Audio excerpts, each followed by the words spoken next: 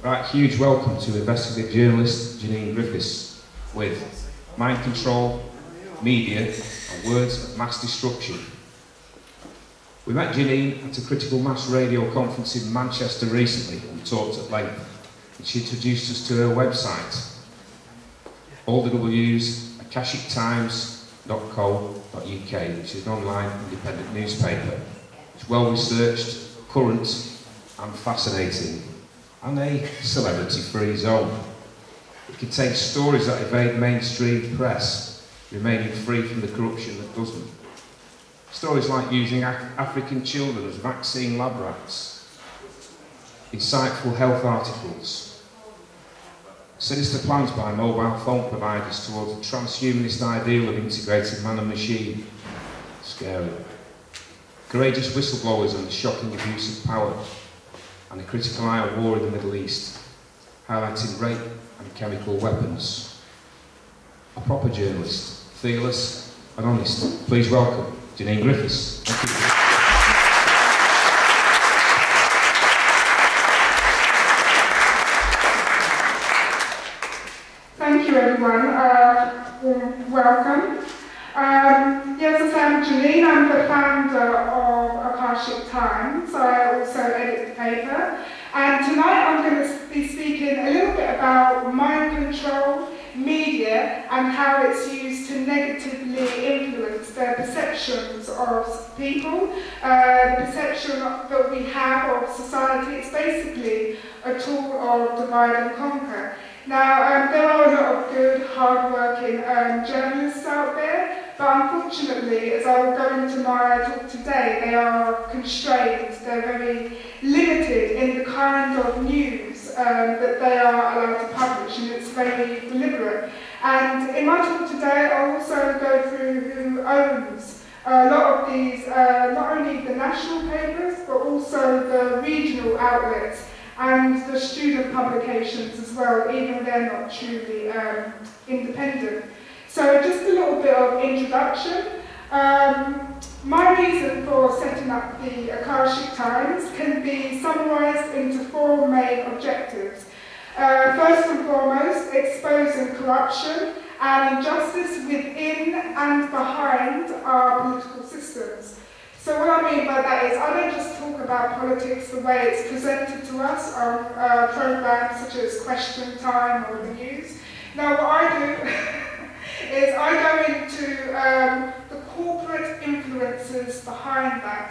The reason why we see so many of the same policies throughout countries in the West. Why is it that they all seem to have the same agenda? Why is it that we're stuck in a two-party system and they're both virtually indistinguishable? I mean, we've got a kind of third party that just tags along, but really it's a two-party system. Another thing I do at the Akashic Times is I inspire people, or try to inspire people to make changes, to make positive changes. You know, the problem with the mainstream media is there's a lot of doom and gloom, and people often feel very helpless. They come away thinking, well, I'm just one person, what can I do in the face of all this war, rising crime, poverty, debt? I mean, that's all we ever seem to hear about nowadays. And when the news is positive, when we do hear something positive, it's usually irrelevant.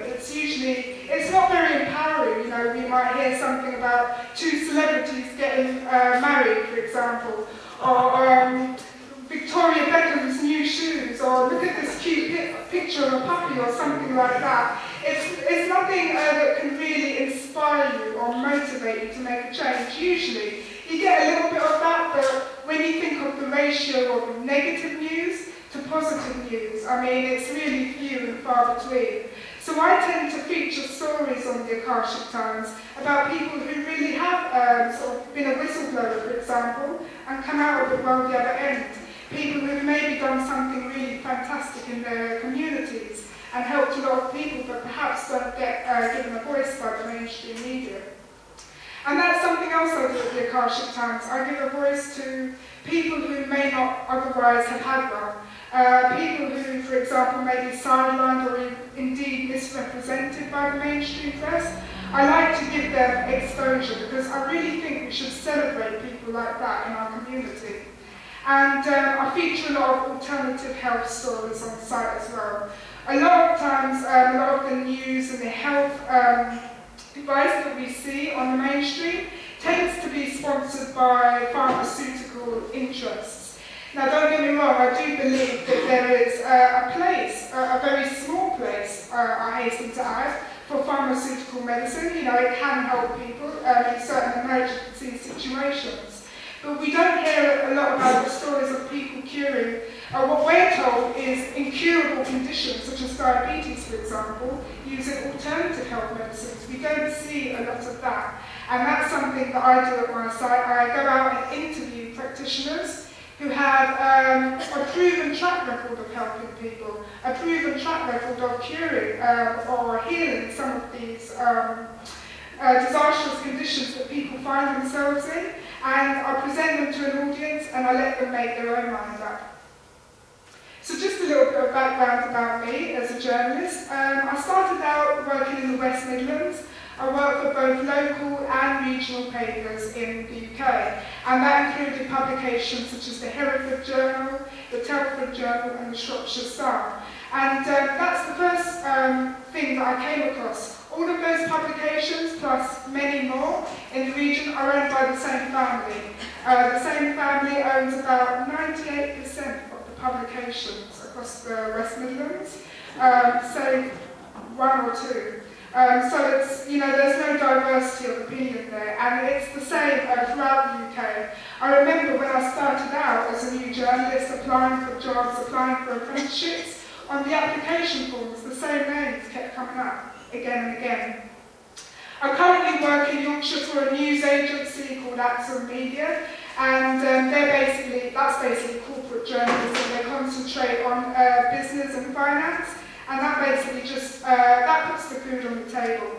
But after a while I realised that it wasn't me, it wasn't, you know, I wanted more, you know, I didn't come into journalism for that reason. And so the idea for the Akashic Times was born. And so I started it in January of this year. It's been going ever since.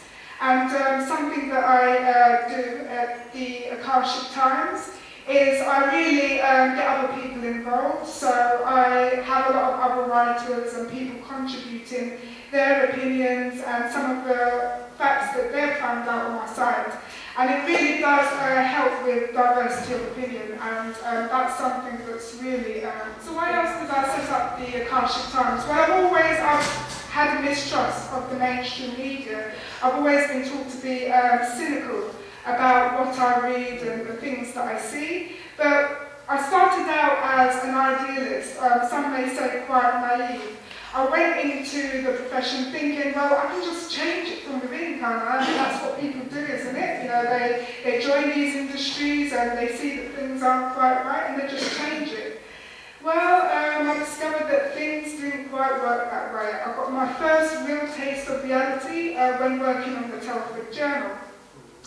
The then Mayor of Telford, his wife, approached our paper and basically told us that he'd been beating her up for quite some time.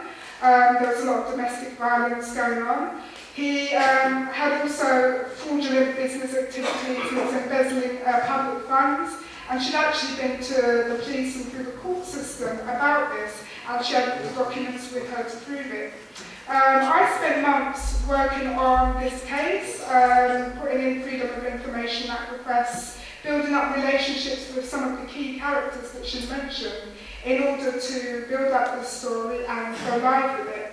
And the day before it was due to go to press, I got called into the editor's office and told, hey, you know, you're a fantastic journalist, we love the energy that you put into this, we really like how you've researched the facts, we won't be publishing it, but it's a really, really good story. And then they added, but please do make sure you use those skills that you've used for this story for less controversial articles. And the reason why it was controversial, some of those fraudulent businesses were our paper's biggest advertisers. And there you have the problem right there. And this goes on even down to a local level, and I just realised how censored and how biased the news was. At this point, what do a lot of journalists do? Give up, or they toe the line? You know, they take their, if you can't beat them, join them mentality. Well, for me, I just couldn't do that because journalism isn't something I went in for the money. First of all, there is none. And secondly, I went in because writing was my passion. It was something that I've done from a very early age. Talking to people, finding out things, it's something that I loved, and it's something that I wasn't willing to just give up on. But the problem with the media is it's not just the fact that they spread disinformation. It's also the fact that they tend to cover things up a lot, cover up important stories, so you only get one side of the picture. The Hillsborough disaster through the Sun newspaper, if you want to call it a newspaper, their coverage, for example, of the Hillsborough disaster, when they falsely claimed that fans were peeing on each other, stealing from the dead, beating up cops, and 20 years later they were forced into a very embarrassing apology. The Sun do this all the time, actually. It's not the first time that they've smeared people. They did this with, I can't remember it too well off the top of my head, but it was a case where 4 men were accused of terrorism and they were planning to plant ricin bombs or something like that. And at the time, I remember watching that news report and seeing it in the Sun and thinking, oh, like, how terrible, I'm glad they got caught. Only to find out later that was a huge smear campaign and a huge injustice done to those men long afterwards as well. So they end up having to say this all the time. But, you know, we get the same old lessons learned lines that you get whenever these big stories come to light and you realise that they've just lied their whole way through it. They had another one about a Muslim bus driver who they falsely claimed that while he was working, he kicked the passengers off the bus, according to this very fake story, to pray to Allah. Actually, that was a pack of lies. What had happened is, after he'd finished working, he'd gone to the bus garage and prayed then, but somebody, some mysterious person had taken pictures of that, and the Sun spun it into this big story about him kicking passengers, kicking elderly people off the bus, and, you know, being a big inconvenience to everyone. That man, Arunas, his name was, won £30,000 worth of damages from the Sun, and the Daily Mail ran the exact same story a year later, alluding to the same man, the same time period, even though it was proven to be fake in court. And yet another example, the Levison inquiry, which came about because of the phone hacking scandal. One book I'd really like to recommend to people, I was reading it on the way up actually, called Fake Shapes and Royal Trappings. I don't know if anybody's ever read that book or heard of it, but it's by Peter Burden, who really exposes some of the grubby and downright dirty practices, particularly within tabloid journalism, but increasingly within broadsheets as well, as they get more kind of celebrity focus. He's had reports of journalists taking indecent pictures of themselves and pretending that it was taken at a celebrity party or in their house or something like that. He's had cases where journalists have taken drugs or enticed other people to take drugs in order to set them up. Especially politicians and celebrities, you get all these celebrity drug stories. What they don't tell you is that the so-called reporter with them was also taking drugs and had supplied the drugs, in fact. You get cases where people have slept with prostitutes and then sort of blamed the prostitute and done a big story about that. I'm not quite sure how that ties into journalism or relates to it in any way, shape or form, but this is what the media has been reduced to. It's basically a circus. So why is this going on, and you know, what causes a lot of people to act this way and take up these careers which really aren't informing people at all? Well, the problem is ownership. There's a real agenda behind it, definitely. It's a divide and rule agenda. It's to get you thinking on the irrelevant things, the trivia, instead of the big things that could really inspire people and question people to make a change. Right now I'm going to show 3 videos which go into that. The first one gives you an idea of how the media manipulates opinion and how it's really used as a... It's a sobering fact that the hidden power structure of international finance has exerted tremendous influence over public opinion in this country through its virtual control of higher education and major segments of mass communications. The human mind is like a computer. No matter how efficient it may be, its reliability is only as great as the information fed into it. If it is possible to control the input of the human mind, then no matter how intelligent a person may be, it's entirely possible to program what he will think. And yes, it's even possible to program people to laugh at the mere mention of the word conspiracy.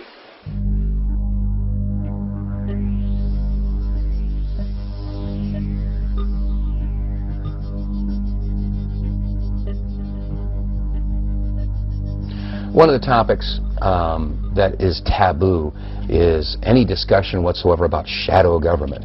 Now, 10 years ago in the early 90s, when people called in mainstream talk shows and brought up issues like the Council on Foreign Relations or the Trilateral Commission, in some cases there was one major talk show who proudly says he's got half of his brain tied behind his back, actually said on the radio that there was no such thing as the Council on Foreign Relations, and anybody brought that up was a conspiracy, wacko, kook, wingnut, etc., etc.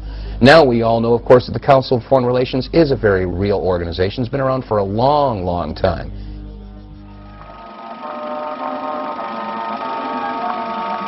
The year is 1917. And Representative Oscar Callaway enters a disturbing statement into the U.S. congressional record.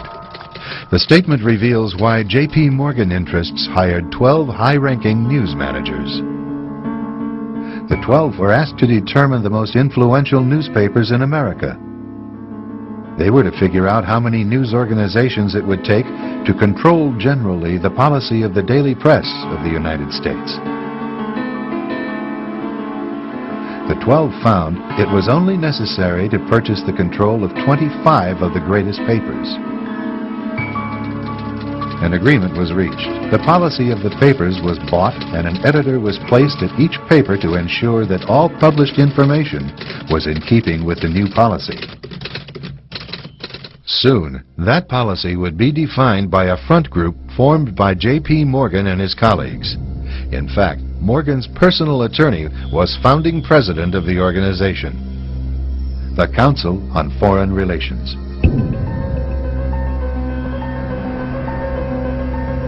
Today, the CFR maintains that its goal is to increase America's understanding of the world.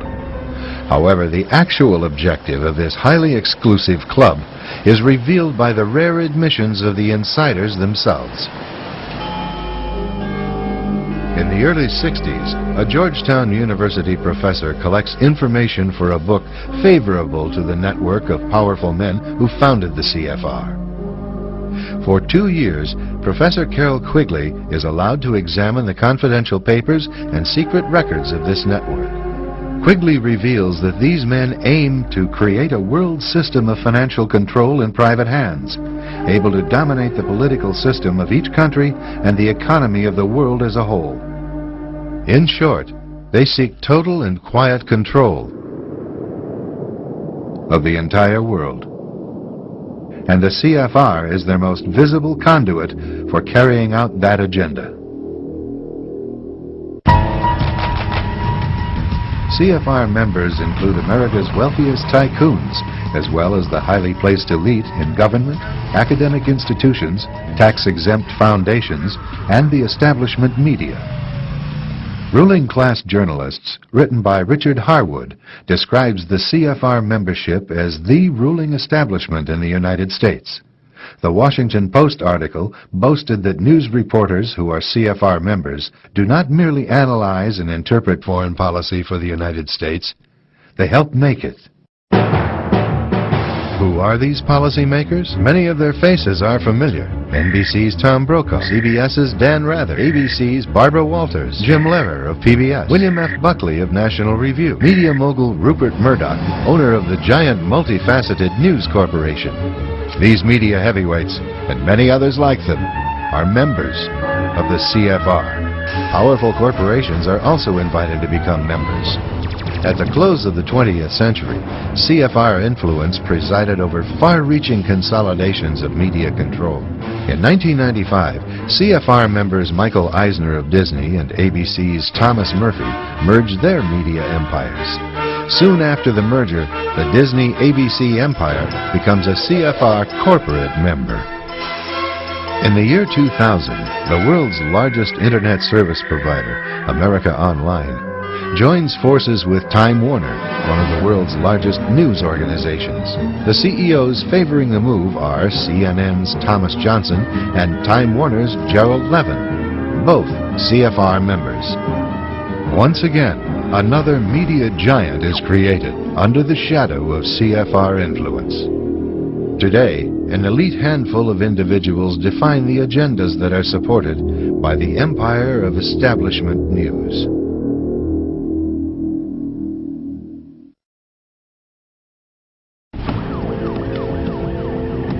One of the CFR's strongest media allies is the New York Times. As a major outlet for the establishment viewpoint, the Times has achieved dominant influence over the reporting of national and international news. The Times is relied upon by many editors in the mainstream news media for direction on how to portray world events. In addition, the Times wire service retails the establishment line to subsidiary outlets such as broadcast news distributors and regional newspapers. Competition between these outlets rests primarily on the style of regurgitating the same message. America forms its opinions by information that's provided to them.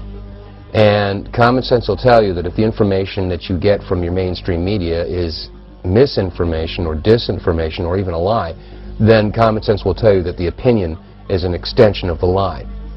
Now, unfortunately, America, and indeed the rest of the world, is getting information that's being massaged, it's being spun, it's being prepared for them for consumption.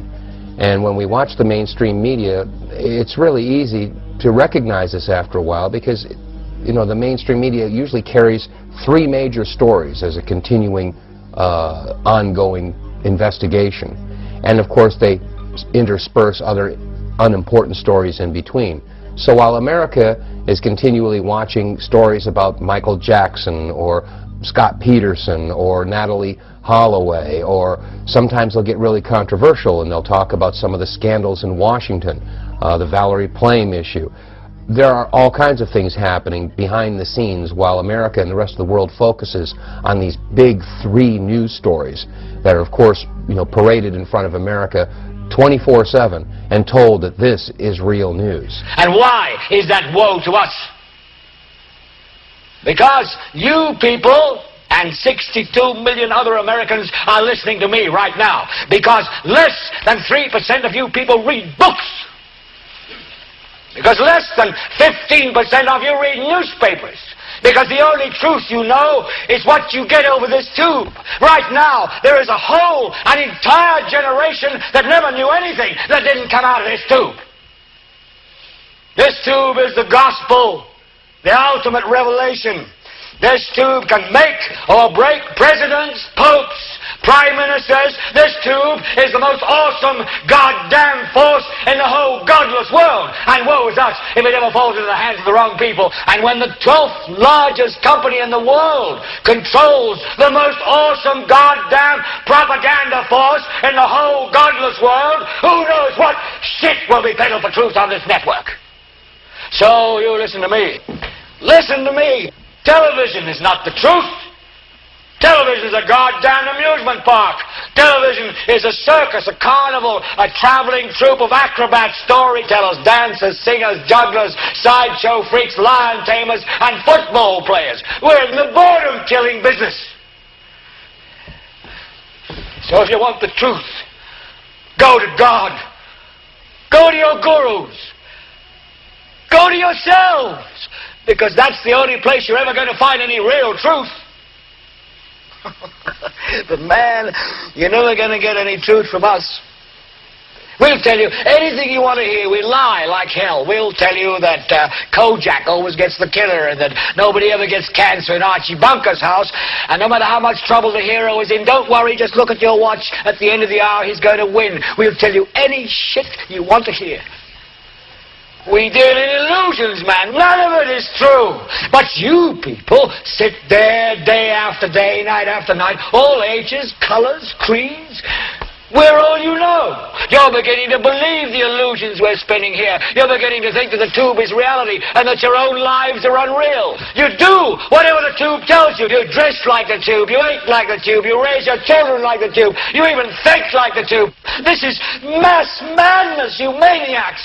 In God's name, you people are the real thing. We are the illusion. So turn off your television sets. Turn them off now. Turn them off right now. Turn them off and leave them off. Turn them off right in the middle of the sentence I'm speaking to you now. Turn them off.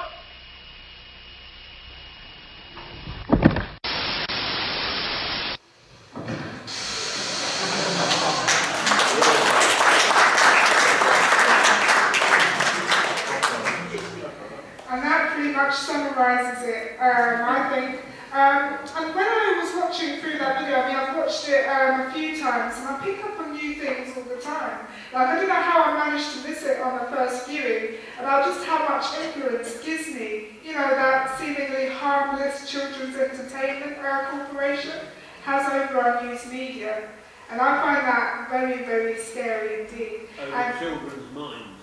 Absolutely. Paedophiles. Yeah, and with all those scandals coming out as well, which people who are into research or into the truth, these are things that they may or may not have picked up on very early on. But then they're seeing this dance in the sort of mainstream media where they give away, you know, a few celebrities, oh, you know, this person's done that, that person's done that. Why were they allowed to get away with it for so long? Actually, one thing that I forgot to add is one story that came out, that was it, the right to fair trial. This is something that I covered a few weeks ago, and it was something that I ran, a feature that I ran for a few weeks, about how we've effectively lost the right to fair trial. And we didn't hear a lot about that in the media with the Security and Justice Bill. Under the bill, the government can take you to secret courts. They can legally bar you from having a lawyer. They don't even have to tell you if you're in court. You know, you just find out on the day when they come to take you there. They can stop you from finding out part of the reason why you went to court in the first place. And you know, it's one of those things where I thought, well, this could never happen in the UK. You know, that's something that happens in, I don't know, Zimbabwe or the Middle East, or where they don't have democracy. It's right here in the UK. And the way they do that is they just, they sneak it in and they just don't tell anybody. And that's, you know, that's one of the things I think we need to watch out for, and why it's so important to have an open threat. So here's another thing that they do. I mean, these people who run the mainstream media, they know that people eventually are going to get tired and they are going to look for their own solutions. So they create that solution. They create the illusion of an alternative. A little bit like they do with the political party system. On one hand you've got the Tories, on the other hand you've got Labour, and they kind of do this little dance between them where you actually think you're voting for somebody, you know, different. You know, okay, the Tories were bad, so let's vote Labour this time. And they're both in the pockets of the same people. Well, it's really a similar story with the media. They know that they can't fool all of the people all of the time. I mean, the sheer numbers of people on the planet is just impossible. So here's what they do. They create their own alternatives, because if they do that, it doesn't matter where you turn, you're going to join a movement which was started by them. Now, they don't tell outright lies. Here's what they do. They tell half-truths. So you might go to some of the people who I'm going to name in a bit. There's probably a lot that I've left out and a lot that I've missed off of the list. And you'll recognise some of the things they say. You'll recognise the things that they say as truth. But here's the problem. It's still a diversion of tactics. they lead you onto something completely different, or they mix it in with half-truths, so you don't really know what you're getting, whether it's false or whether it's true, and that's how they confuse people. And one of the ways in which they do this, I'll give you a few examples. RT. I actually liked that a lot as a news channel because it told you a lot about, and it gave you a refreshing perspective on America's invasion of Iraq, for example. It was really good at that. It told you some of the things that were going on in Asian and African countries. And you might even get a few stories about the influences behind the politicians and the policies that we see today. So it was good in that perspective. But it's owned outright by the Russian government and funded heavily by them. So you won't hear much about how both sides cooperate with each other. You won't hear a lot about how they've always worked with each other and shared policies, but they create this kind of false, how do you say, conflict between them where there is none. That's just for us, by the way. Alex Jones. A lot of people follow Alex Jones. I did in the beginning, and he's helped to wake a lot of people up. He talks a great deal about the Council on Foreign Relations, but few people have heard of the Council for National Policy. It's an ultra-secretive right-wing group that is actually more powerful than the CFR. Here's how it works. The CFR is like the left-wing arm of what I would say are the globalists. Now, left and right, we probably all know that's just an illusion. It doesn't exist. It's two sides of the same coin. But they have their own people, kind of rooting for both sides. And the CFR is the left-wing army, so you've got your Obamas, the Hillary Clintons, and all the other despots. And then on the right-wing side, you've got people like Rush Limbaugh, for example. You've got organisations such as the Heritage Foundation. The Heritage Foundation partly funds Alex Jones. And I found that out through the US Citizens Association. And John Birch's also. Alex Jones uses them a lot as some of his sources, and they do have some good stories about what's going on in America. But again, they don't give you the full picture, and they're not meant to. So yeah, it's the US Citizens Association, which is also quite right-wing, and supports all of these various outlets, and that's how you get to uncover the links and the associations between all of them, because this group pretty much supports them all. Alex Jones himself has voiced support for this foundation in past articles and videos, and he's used them as a source plenty of times.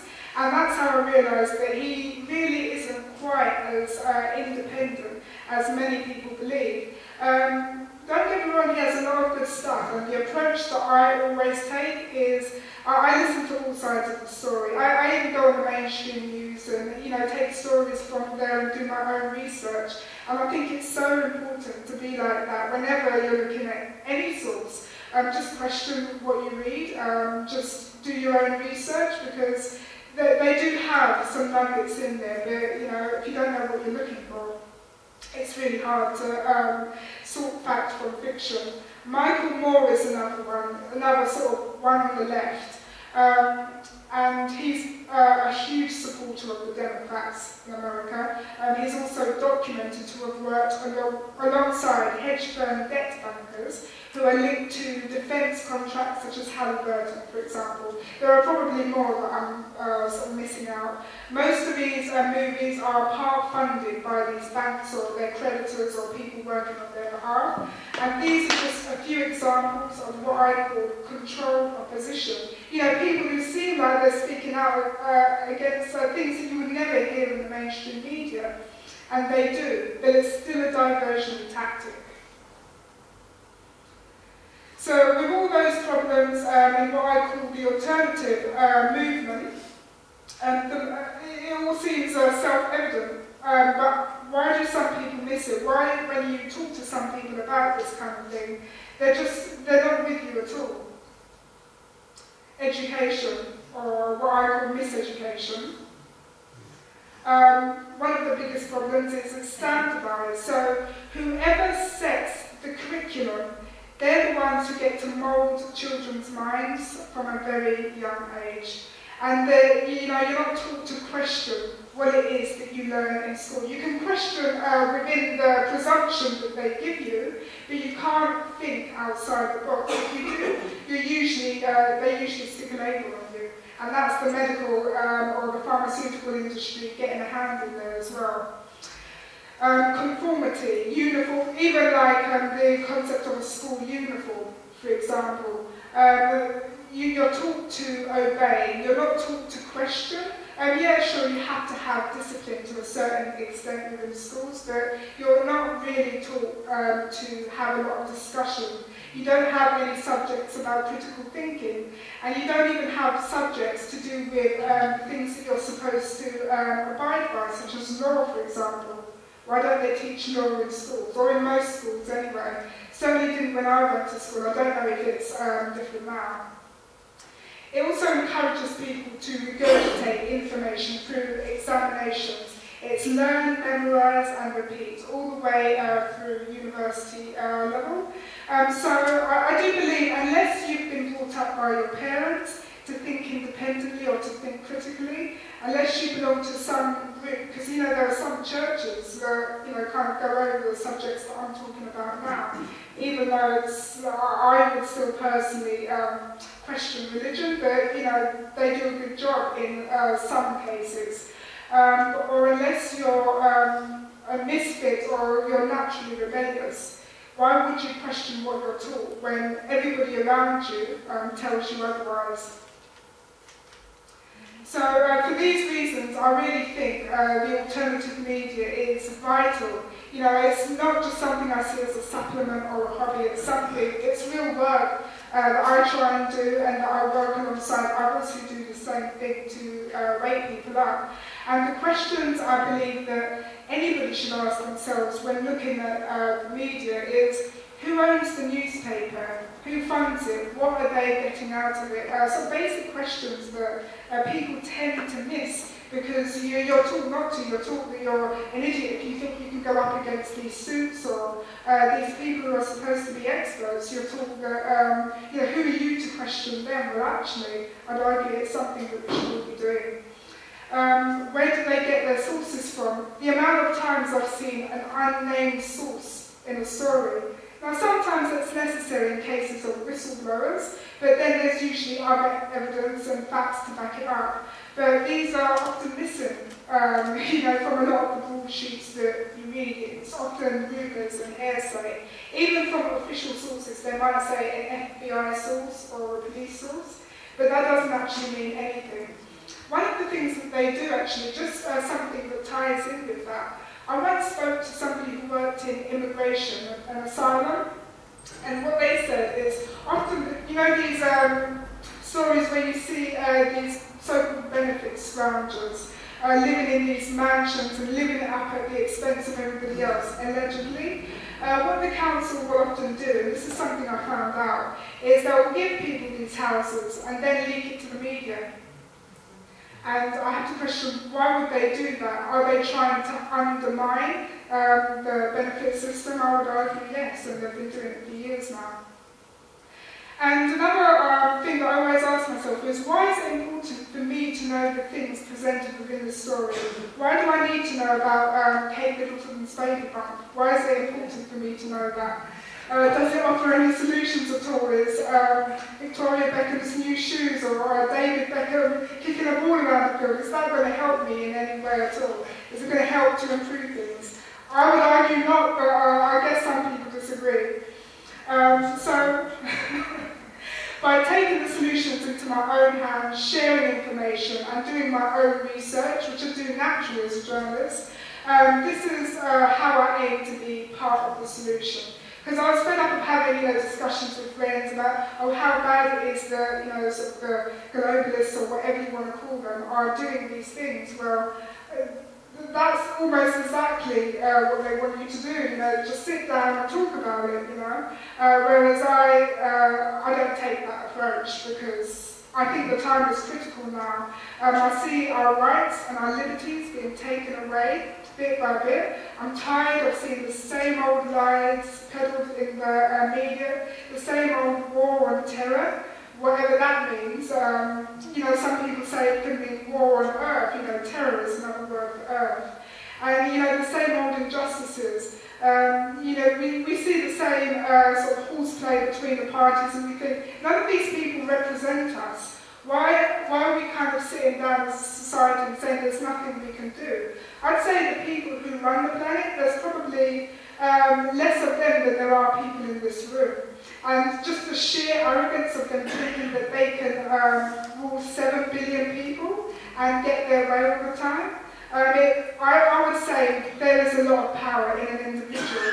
I don't say people can go out and, you know, stop the war in Iraq or stop the war in Iran or something, but, you know, little by little, when people do take solutions into their own hands, even just by sharing information, it can become a very powerful thing indeed.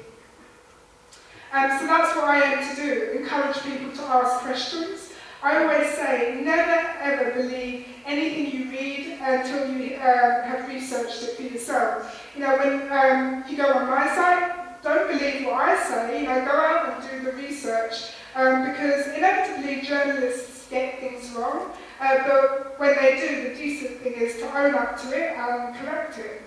Often that doesn't happen, you see. In fact, when they keep getting things wrong and the facts keep getting misrepresented, then you have to ask sort of more questions. You know, if somebody lies to you once, you become a bit wary of that person, but you think, okay, perhaps it was a mistake. They do it repeatedly and there's something wrong there. You know, it becomes a compulsive habit. So I encourage people to make their own solutions. And even when I'm reporting the heavy stuff, the negative stuff, I mean, there's a lot of things that I report on which don't make for easy reading at all and aren't very easy to digest.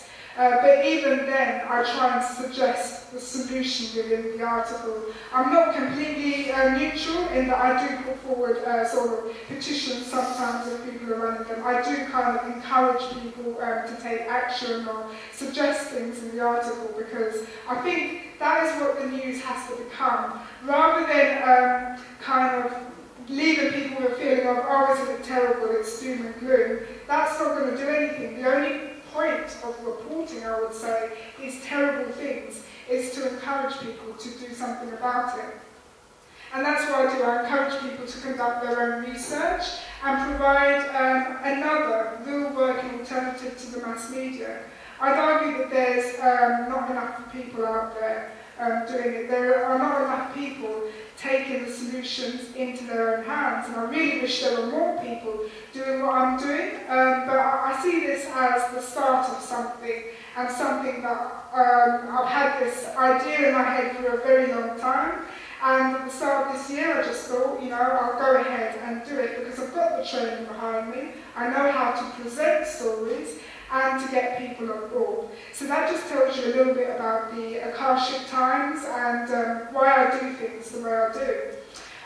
So connect with us. Okay, cool. My website is akashictimes.co.uk, and I've got some cards up here with the full details on if you'd like more information. We also have a Twitter and Facebook group. That's just the Akashic Times, so twitter.com/Akashic Times or facebook.com/Akashic Times. So if you have access to either, we'd love you to connect with us, share your comments and your views, and if you've got any stories or you know of something that really should be spoken about and that people really ought to know, then do get in touch with us. And yeah, after the break, I'd like to hand it over to the floor and take questions.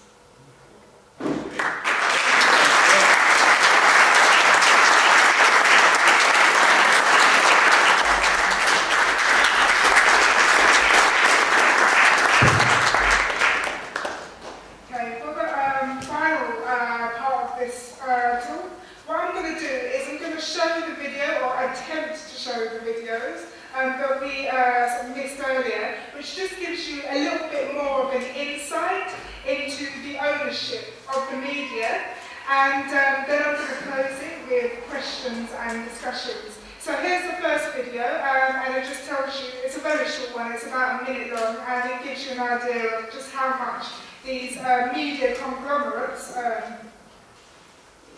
There are hundreds of channels.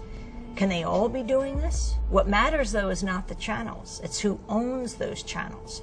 And that issue of media consolidation is critical. The rise in the use of video news releases has a great deal to do with the conglomeration of the mass media. Because as more and more TV stations around the country come to be owned by the fewer and fewer players, there's more and more cost cutting that goes on in the newsrooms of these stations. When you look at a media environment where only 5 or 6 companies control the vast majority of the world's media, and they work in collaboration with each other, and they share members of boards of directors and things of that nature, like in the same way that I say we have to broaden our concept of subliminal, I think we also have to broaden our concept of what a conspiracy is. They're using our airwaves, and they have a responsibility to bring out the full diversity of opinion and to get to the truth, not to bring you news stories that are disguised as their own when they're simply government or corporate propaganda. Final video. I'm not going to show the whole thing. I'm just going to show part of it, just to give you an insight into who owns the British media, although I think we all have an idea, and what people's perceptions of it are. Most people, I was surprised by this, are pretty switched on. Although there were some that were quite brainwashed. And this is one of the things that I try to highlight in what I do. Always look at who benefits. And there's still many people out there. The phone hacking scandal has prevented Rupert Murdoch and News International taking control of B-Sky B, Britain's satellite broadcaster. But how will that affect the question of control and political influence over the rest of the media in Britain? Hello and welcome to A Simple Question with me, Phil Rees. And later in the programme, the growth of social media. Who will gain from the popularity of Twitter and Facebook? Is it the people or those in power? But first, a video clip. For the past 30 years, at least 1 in 3 newspapers sold in Britain was published by News International. The US-owned parent corporation, headed by Rupert Murdoch, prints the Times, the Sunday Times, the Sun, and until recently, the News of the World. Murdoch is a famously hands-on proprietor who takes a close interest in his paper's editorial stance.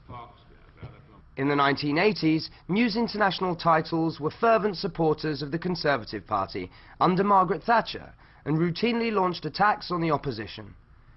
During the 1990s, Murdoch switched his support to Labour, or more accurately, Tony Blair. And I wish everyone, friend or foe, well, and that is the end. After Blair left office, Murdoch's newspapers reverted to support the Conservatives and David Cameron. Murdoch is typical of a breed of press barons that has historically controlled the print media in Britain. They've traditionally supported the Conservative Party and promote policies that favour the rich. Richard Desmond's Express newspapers have written favourable editorials about the English Defence League, and many accuse them of stoking Islamophobia. He controls about 14% of newspapers in Britain. In the broadcast media, the BBC adheres to a so-called public service model that promoted what it calls due impartiality and the need for balanced reporting. Public service requirements were imposed on the commercially owned stations such as ITN and the Sky News Channel. The extent of government influence over broadcasting was demonstrated in the aftermath of Lord Hutton's inquiry into the apparent suicide of David Kelly, a scientist at the Ministry of Defence, who leaked information to the BBC. The corporation had accused Blair's government of manipulating intelligence in order to generate justification for the invasion of Iraq. Resignations of BBC management followed in the aftermath. Following the News International phone hacking scandal, there remain serious questions about aspects of media ownership in Britain. Labour Party leader Ed Miliband says that the abandonment by News International of its bid for B-Sky B is insufficient to reassure the public.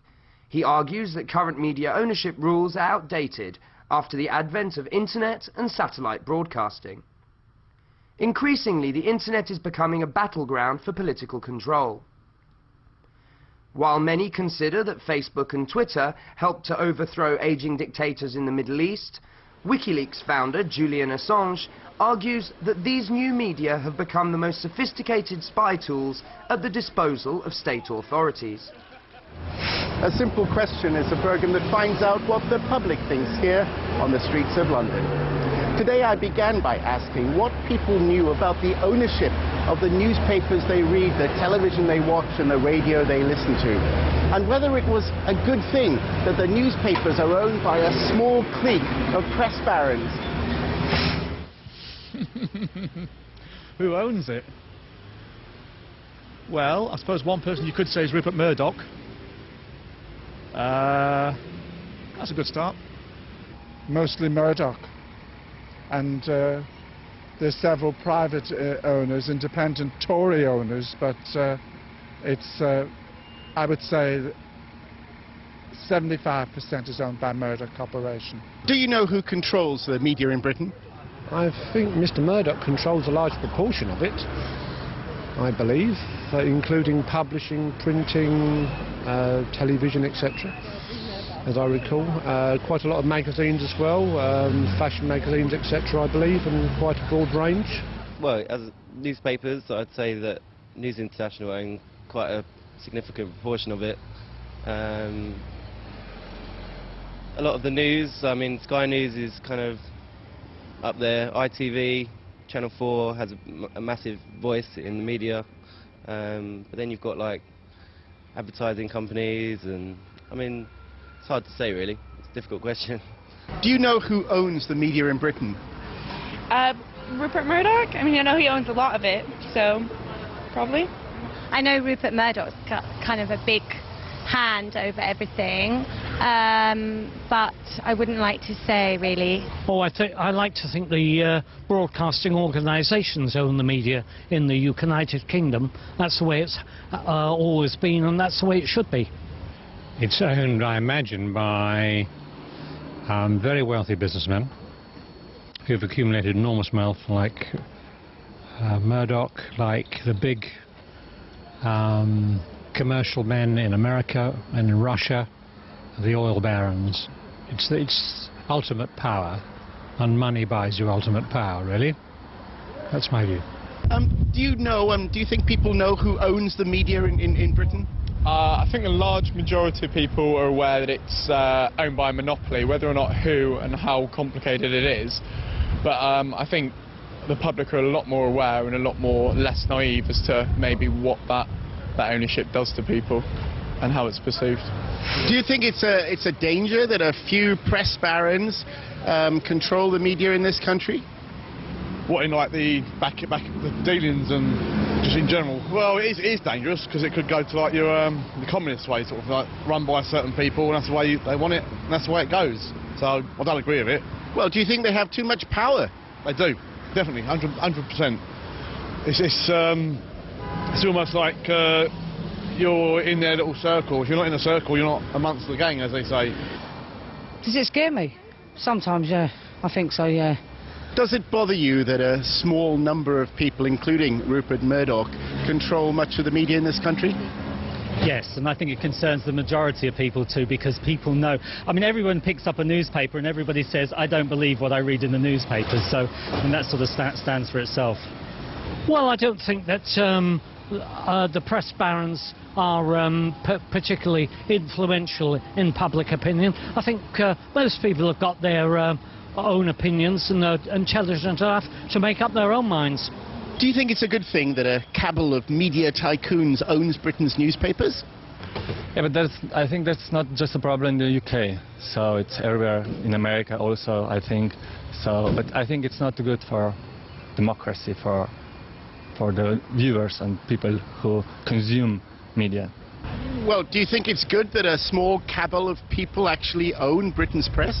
Not at all. No, by definition, you're going to have one person dictating who gets what information and how. I think the fact that whoever, when Murdoch backed the certain paper for the certain government campaign in a certain political campaign, then they won. I think that's quite good evidence as to how influential it is. Well, those were the views of the people on the streets of London. Now let's see if our experts agree.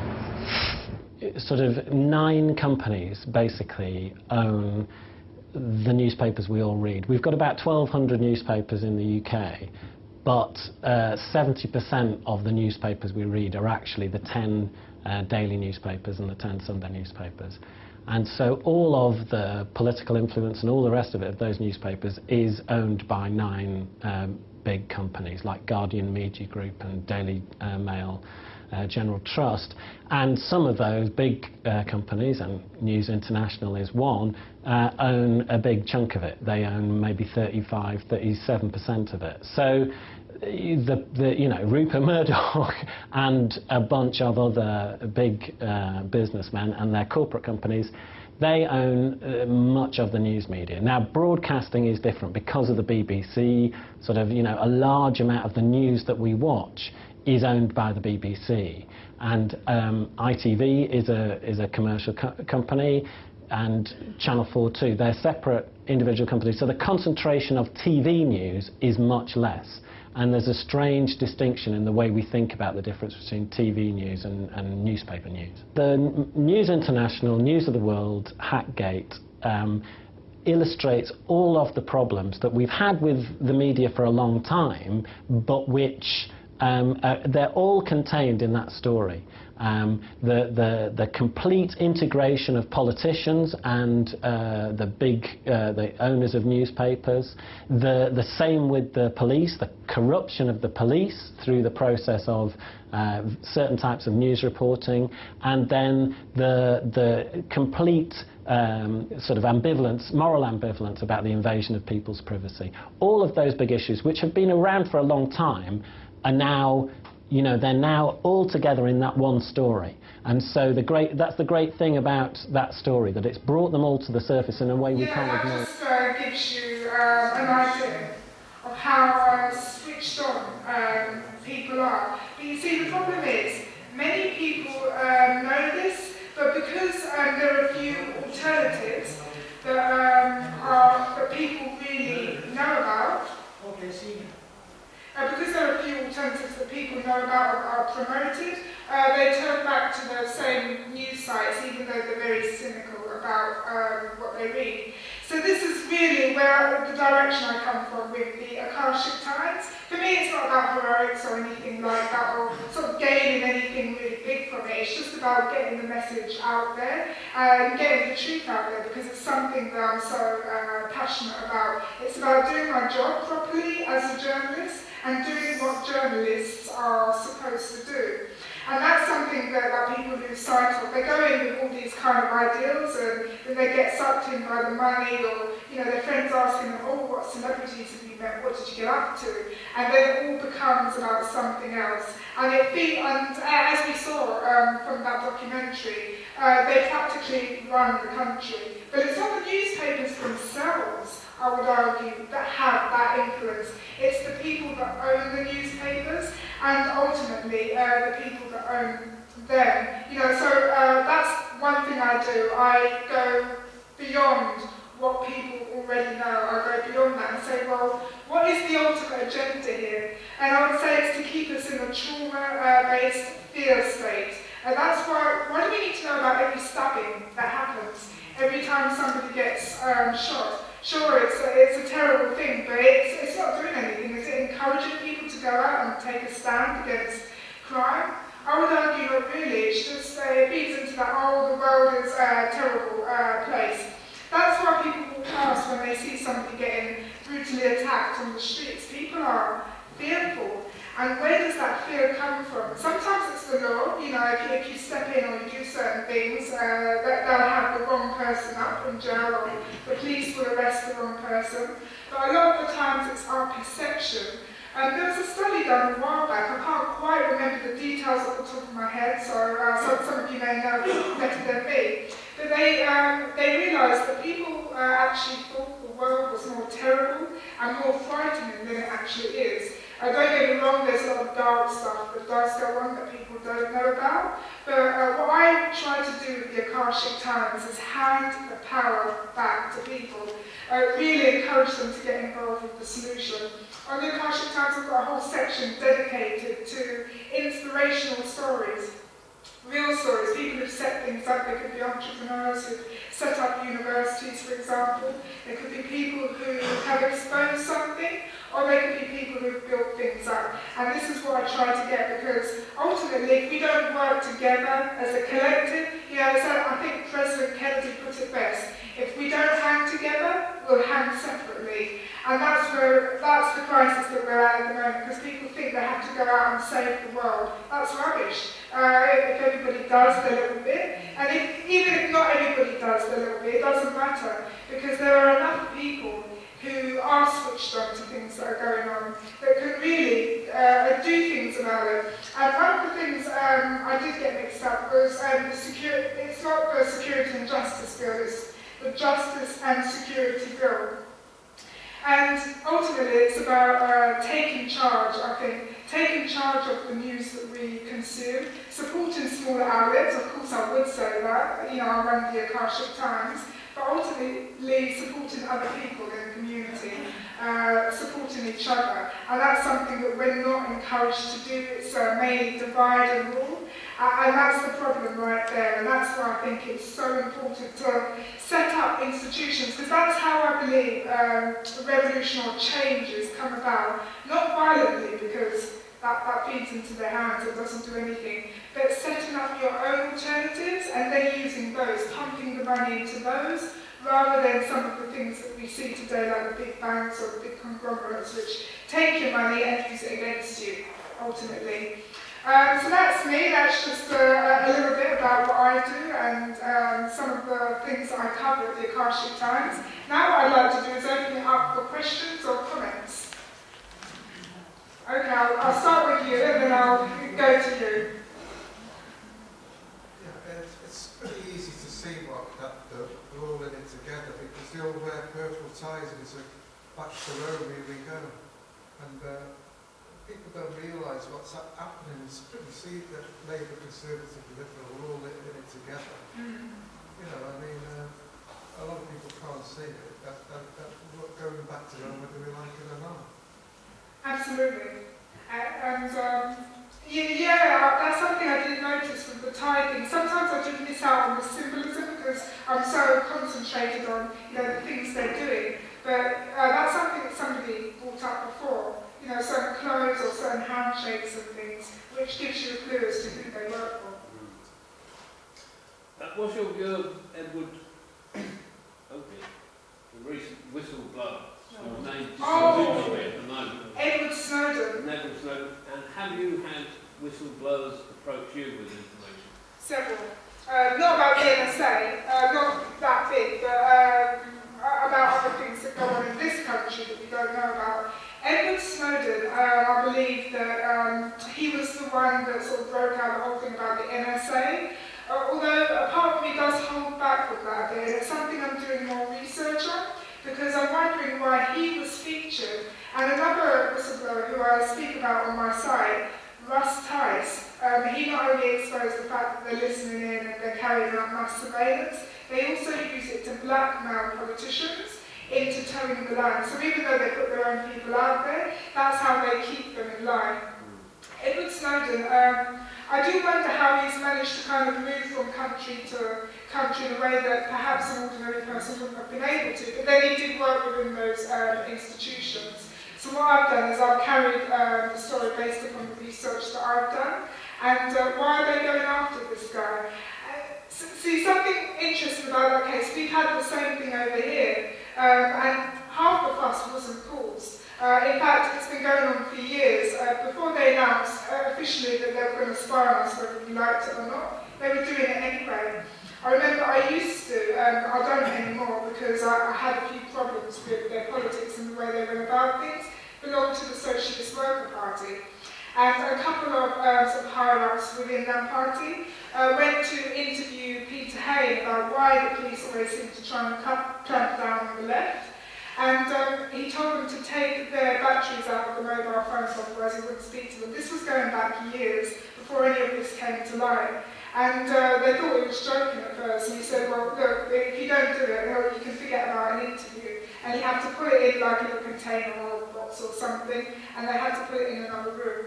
So that shows you just how long this has been going on. But yeah, looking to the other one, Russ Tice as well, I feel that he's more genuine, and I've covered his story extensively, and I'm currently doing research on them both, because I'm interested in why they let us know about this, and some of the other things that they've held back. Russ Tice said there were certain aspects to that that we're not hearing about, which two members of Congress tried to speak about, and they've been censored. So we're only getting the icing on the cake. It's just the tip of the iceberg, I promise you. What's Russ Tice revealed? He revealed how not only are they conducting mass surveillance, but they're also using it to blackmail presidents, including President Obama. There's a lot of stuff that they've got in here that people just don't know yet. I mean, it's all like, at the moment, nothing is being revealed, so it's not too helpful. But he was one of the top officers within the field, and yeah, his life is in danger. So no doubt they're doing it to British MPs throughout. Now, even though we're doing the same thing, but we've made announcements of mass surveillance way before the Americans did. Yeah, I meant as regards blackmailing. Oh yes, that certainly does go on. And in fact, I'm interviewing somebody at the end of this week who's telling me a little bit more about that. Thanks very much. Hey, Mike. I'll go to you in a year afterwards. Why is Operation U-Tree in Scotland Yard just targeting celebrities? Because obviously child abuse goes across the board, doesn't it? Yeah, they're targeting celebrities in order to present to the public, okay, we're going to do something about the Savile scandal. You know, perhaps we've made mistakes in the past, but now we're going to rectify it by going after some of the key figures. See, what interests me about this is if they've kind of gathered all these names now, they've obviously known about them for some time. You know, these are just people who they've discovered. And why are they sacrificing these people? Okay, they're paedophiles, so I'm happy for them to be in jail or whatever. But they're obviously linked in some way. You're telling me that all these celebrities just kind of formed their own circle and nobody knew anything about it? I don't think so. I think it goes all the way up to royalty. Solely because I can't prove it conclusively with documents that I haven't put it up yet. That's why Savile was protected. Yeah, I mean, why did he have so much power if all he was a radio host? He was a procurer. Yeah, and that's research I've come across as well. Why did somebody like that have so much influence, having tea and Christmas with Margaret Thatcher? That doesn't make sense.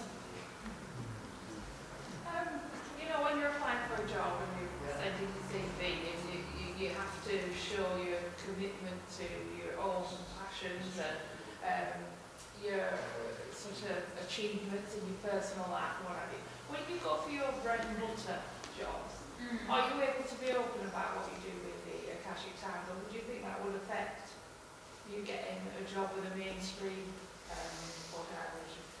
If I was applying for newspaper jobs, I think this would not go down too well. And actually my experiences of newspapers, I would never work for one that wasn't independent again, ever, I don't think. I just gave you one example there of a story that was censored. There were many more, not just with me, but with other reporters on the desk as well. Where I am now, because they concentrate mainly on business and finance, they really could care less about the politics. They say, as long as you keep it separate from our organisation, write about what you like, just don't say anything that could get us in trouble.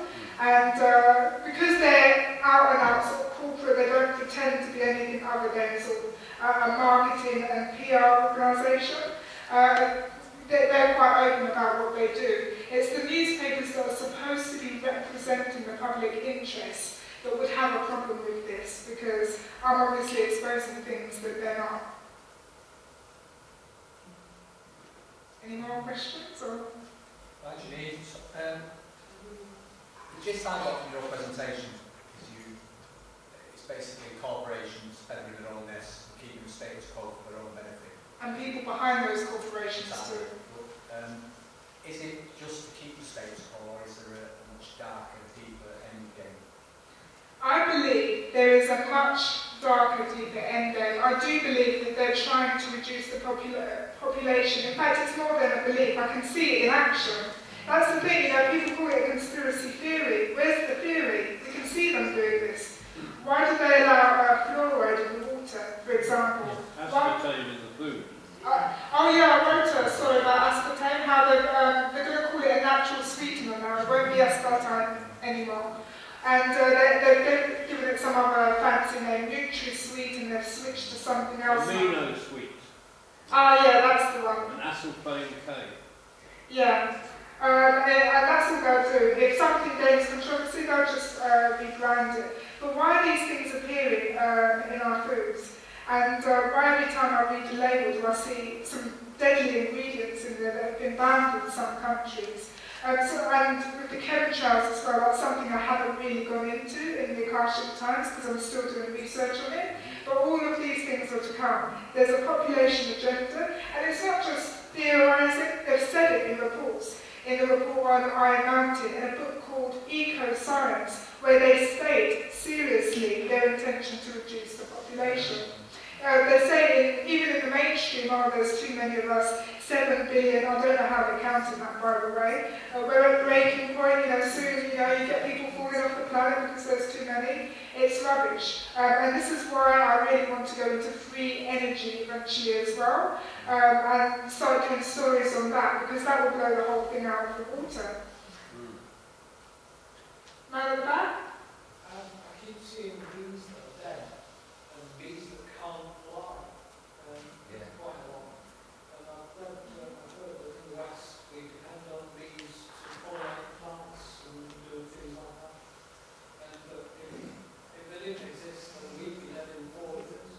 Absolutely, and isn't it strange how well, we're hearing all these things about the bees dying, and nobody's really kind of paying attention to it because it's not a, you know, it's not what I would call a sexy subject, but actually it's a very critical one, and they're dying by the millions, and partly it's because of what they're spraying in the air. The same thing that's killing us is killing them a lot faster. It's also to do with beekeeping methods.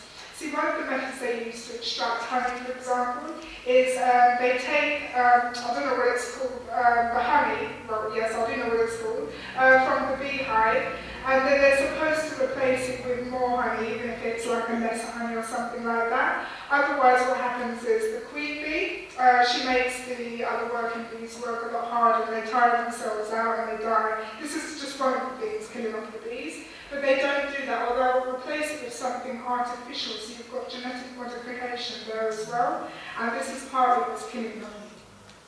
An electromagnetic radio frequency, yeah.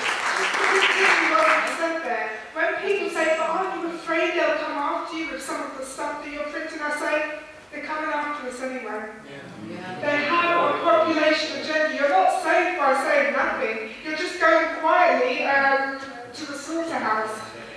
So I'm not being brave by doing what I'm doing, because they're going to come after us, and when they do, it's going to be much nastier than whatever people may have experienced before. We think you're brave. They've already modified the weather, and thousands of people over Europe and different places are dying from the floods, and it's not being announced on the news. Absolutely. I mean, we can see the changes in our own weather that they're doing. You have to remember, these people are not like us. So many people put their trust in the royals or the politicians, and they look up to them as some kind of guardian. And I'm like, first of all, you don't know these people.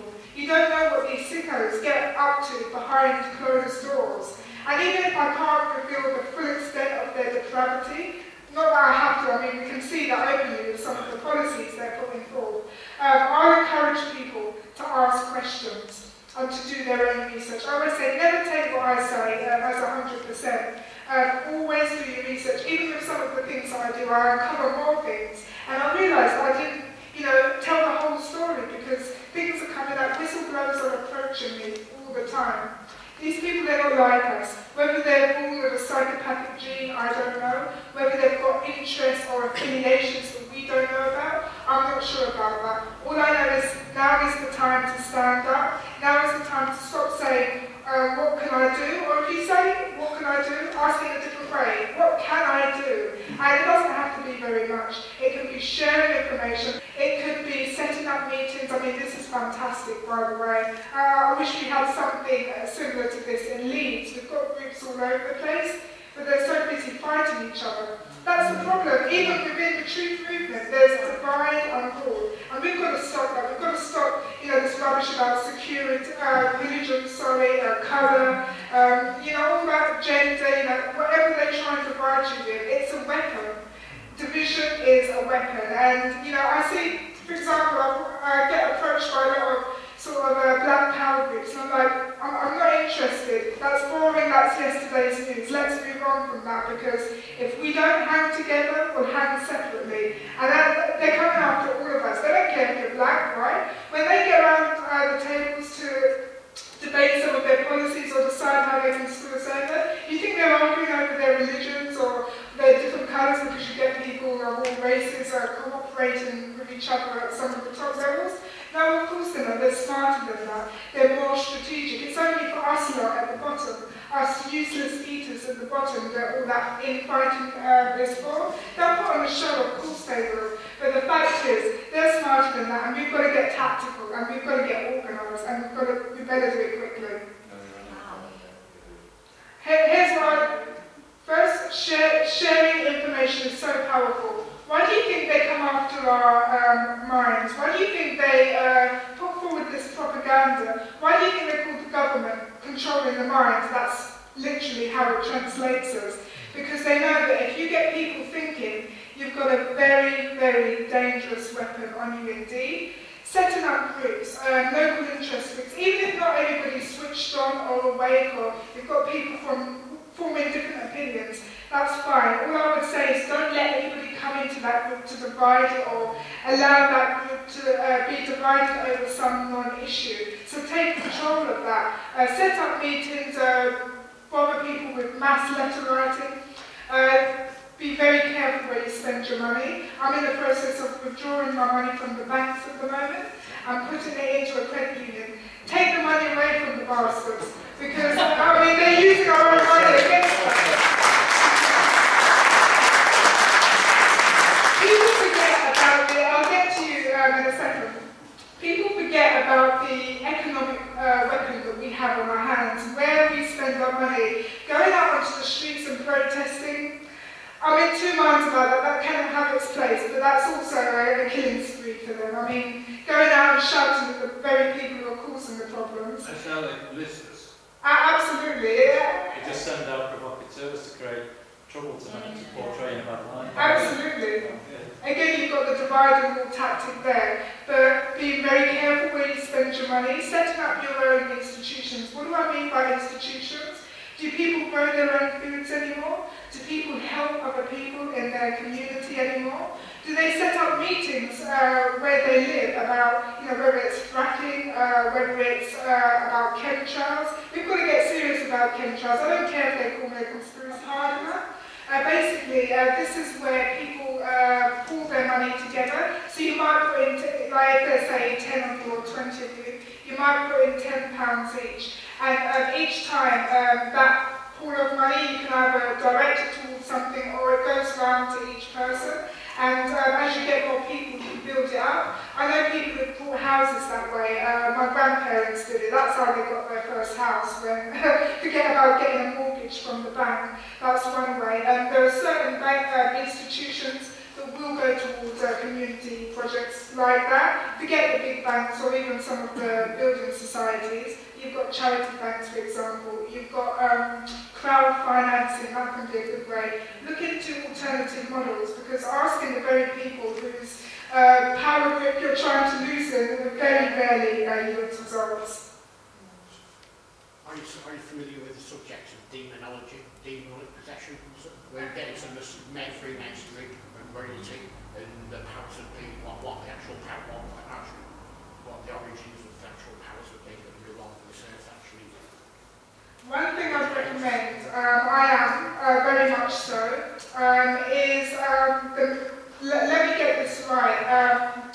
The Mystery Religion of Babylon by William Cooper. If you don't understand Freemasonry to its fullest extent, and if you don't understand what sort of words, certain phrases and symbolism to look out for, you will after that. It's a series of 45 videos. And I had to take a big sigh when I saw how many videos there were to watch. I did it over a period of a few months. And that's how I realised, where I wouldn't have done before. But a lot of these alternative speakers, and particularly they're really trying to get the black community now and sort of keep them down and get them to join black power groups. I realised, I recognise a lot of the symbolism and the Freemasonry that some of these speakers use. And this is partly what prompted me to set up the Akashic Times, because I thought, yeah, who is going to be a voice otherwise? It has to start somewhere, doesn't it? I do see a lot of good work out there. Sometimes it's by non-journalists, so they get very easily discredited when they try, if they write about the Illuminati or something like that. I found the word Illuminati on my side, but when you read the stories, you really won't know who I'm talking about, because it's as clear as day. And this is the kind of thing that we've got to set up ourselves and take the initiative. Stop being afraid of what people who think they're cleverer than us say. You know, I hear a lot of people say, I'm not qualified, don't have a lot of degrees, and I'm not particularly articulate. Neither was I, to be honest. And even if I didn't have the skills I have now, I'd still be doing what I'm doing now, because I have that conviction, I've done the research, and nobody can mess with you when you know what you're talking about, no matter how you express it. You know, the Akashic, you mean the Akashic record, don't you? That's exactly where it comes from. Whatever happens anywhere stays in the atmosphere forever, doesn't it? That's right. The Akashic, till the end of the world, and then it'll be played back. Absolutely. The Akashic Records is basically a record of all universal existence, and that's what a newspaper ought to be, a record of what happens, a record of the truth.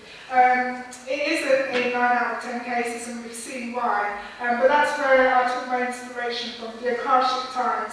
This is our legacy, these are our times, and this is something that future generations will look back on. So what have we got to say about ourselves, and where is our voice? I'm not interested in what the Daily Mail says or what names I may be called. I've been called a lot of names, believe me. I'm tough to it now, because names don't mean anything, you know, it shows up and embarrasses the person who's calling those names, because it shows their ignorance. And what's the best way to combat ignorance? Through sharing information. Is Wikipedia cut? Some of it. Wikipedia, do you mean is it censored? Yes, yeah, I've heard that it is. Oh, very much so. It is, yeah. I've tried to correct some of the things I've seen on Wikipedia that I know from my own experience and research that have been incorrect. A few hours later, it's back to, oh, well, what do I think is going to happen? Yeah. Look out for another false flag. Look out for Israel conducting a big invasion against Syria. And when I first heard this, I kind of thought, well, you know, even though I'm into this research, I didn't quite believe it. I'll tell you who I heard this from, and you'll see this in one of the stories that I've written. It's in the archives now, but I'm going to try and, you know, I'm not very technical, but I'm going to try and get it up a bit more. A guy called Nick Halleck, I went to a talk, it was supposed to be £100 per head, and, but I got in there for free using my press hat. And this guy is a multi-millionaire. I mean, he paid £30 million towards his own travel in space. He's good friends with people like Steve Jobs and the Clintons and people like that. And he was letting a few things drop in the meeting, because a lot of the audience were also quite wealthy, so he thought he was speaking to an exclusive audience. He said that Israel will invade Syria. We're going to see a lot more to do with blood now. In Japan, you can't get a job, I've heard, I haven't been there myself, without disclosing your blood type, because certain blood types are predisposed to particular traits that they like over others. And he also said, oh, finances, watch out for another big economic crash, it's going down. And these are the 3 things that we're going to see. Food wars by 2015, if we allow it, that is, if we don't start, you know, getting organised. Wars over food approved in 2015. It started already and it's only set to continue. I'll go for this lady and then I'll go for you. No, I was just wondering because on the David Art website he's asking for donations, he's starting his own news channel, and I wondered what you thought about that. I believe David Icke is a softer, more palatable version of Alex Jones, and the two are very linked. I think he does a lot of good stuff there, and he does wake people up. As I say with anything, always sort of read everything, look at all sides. Even if you know something's written by a Freemason, they give you information in their books. I'd encourage people to read it. Don't just go for the things that you like, go for the things that you don't like, go for the people who you know are untrustworthy. How do you get a full picture? How do you know what they're up to otherwise? And I think he's got a lot of good stuff on his side, but I think, like Alex Jones, one of the ways in which they discredit the truth movement is by presenting it in a really crazy way. So you've seen, I don't know if anybody saw that show with Alex Jones and Piers Morgan, where he just acted like a complete nut. David Icke is a little bit calmer than Alex Jones, but he does it in a different way. He goes on TV and says, I am the Godhead. Now, if you're into spiritualism, you'll know what he means by that, but I'm not totally convinced by him personally. You think he's controlled opposition? Of course. Yeah. I believe so. Didn't Nostradamus predict an Islamic invasion of Europe? It makes sense that we take like a reversal of the Crusades. America keeps going into all these Middle East, Afghanistan, Iraq, now Syria. It makes sense that they would unite under one leader like they did in the medieval age. Divide and rule again. Yeah, well, yeah, of course, that all the time anyway. And invade Europe and try to impose Islamic Sharia on the West. It sort of makes it sort of fits, doesn't it? It wouldn't be surprising if it did. I believe it's more the fear of an Islamic invasion. There are, don't get me wrong, there are problems with communities integrating in this country, and it's made that way. The way I see it is, if we're not over there, they wouldn't be over here. A lot of them come over because of what we're doing in their countries, but they're like today's Jews, and I don't mean that in an offensive way. There always has to be an enemy, there always has to be a scapegoat. It's like when people talk about a Jewish takeover. Now, I believe Zionism has a part to play, but I'm not talking about ordinary Jewish worshippers. That's just another religion to me. And there are people at the very top structure of the pyramid who are Islamic or who are what you would call Muslim. If you think they're anything like the ones you see on the streets every day, you've got no chance. I mean, the reason why it's seen as such a kind of a terrible thing is because the people who are pulling the religious puppet strings at the top, they design it that way. Why are Islamic countries, do they seem to be dictatorships? Well, it's because of the people who design religions in the same way that they do in some Christian countries in the Middle East. Just as bad. We don't hear about that. So no, I don't believe there'll be an Islamic invasion. There'll be an invasion, but the Muslims are the last things people will have to worry about. The invasion has already taken place. Absolutely. Is there any more? I'll go for you and then the guy in blue. Do you believe the Woolwich thing was a false flag a few weeks ago? And if so, how many Muslims are awake to what's going on? I've never heard of somebody bombing somebody and killing somebody and then standing there waiting to be arrested and then doing interviews in front of the camera. I've really never heard of that in my life. Well, not only that interview thing that ran with a member of the public, that was just an ordinary Joe passing about, wasn't it? I mean, the last thing I'd want to do, if I've just seen somebody beheaded in the street, he wasn't even shaking. As calm as you are, the phone never moved, and he allowed this really lunatic to give his point of view. There's got to be something wrong there. Oh, absolutely. If you saw somebody, head being hacked off by a meat cleaver or whatever it was, are you going to go over and interview them? I would find in that direction. He's still holding the cleaver and the hand dripping with blood. The mother scowling her own she was, they casually walked up to the guy with still had another cleaver in his hand or whatever, and tried to ask him what it... yes, there are heroes today. We hear about little old women beating jewellery thieves over their heads with their handbags. I mean,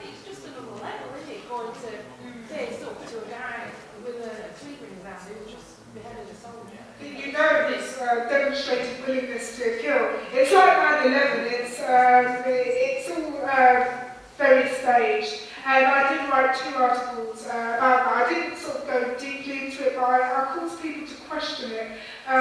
Don't believe everything that you read and hear. That's why I say, believe none of what you hear and half of what you see. Things are being presented to us. We're sort of encouraged to think along certain lines. So actually, the story starts falling apart at the seams. It's like the Boston bombings. On my site, I featured, did you hear about this young boy? He's 8 years old, and he'd been killed in the Boston bombings, and you know, there was a whole hoo-ha about that in the press. And his mother, who was pictured standing beside him, was also said to be in a very bad state in a coma. Well, on one of the pictures I've got on the site, his mother, the one that was standing beside him, is running away with a great big smile on her face with MIT after the whole thing goes on. I believe we should have meetings like this, inviting along people who are sceptical. I believe we should organise events where we're encouraging these types of discussions. In Leeds, I'll just go over quickly, we have something called the Café Scientifique, where you're invited to come along, just anybody from the public. You'll have a facilitator there. He'll bring up certain topics that he wants to discuss, and you'll be invited to give your opinions, discuss it, and then discuss solutions. Why can't we do the same? I believe we can. The power is in our hands, and that's where it should be. And that's reaching people that aren't already converted. Absolutely. Preaching to the choir is so good. You better in the pub stuff. Yeah, absolutely. But preaching to the choir is also powerful if those people are going to get up and do something about it. Even if it's improving the food, improving the environment, safeguarding children, setting up groups to go against some of these bailiffs that are coming around and kicking people's doors in, setting up police watch organisations. I believe we're going to need that soon. Yeah, Freedom Northwest is stopping that now. Yeah, absolutely, and that's when we get a lot of the inspiration from. Yeah, that's going to stop now. Ladies and gentlemen, Janine Griffiths.